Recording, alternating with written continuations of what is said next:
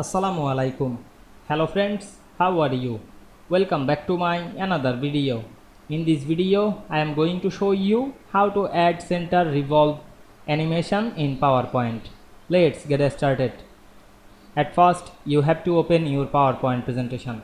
Now I am select the text box. Then go to the animation menu. Now we want to add the animation, select the drop down menu.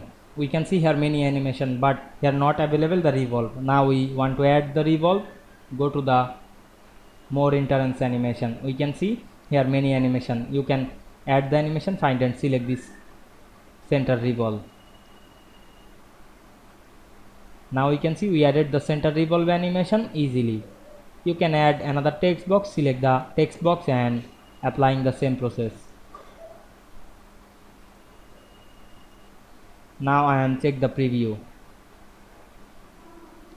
Now we can see we add center revolve animation in PowerPoint very easily. I hope you enjoyed my video. Please like, comment, share and subscribe my channel. Thanks for watching.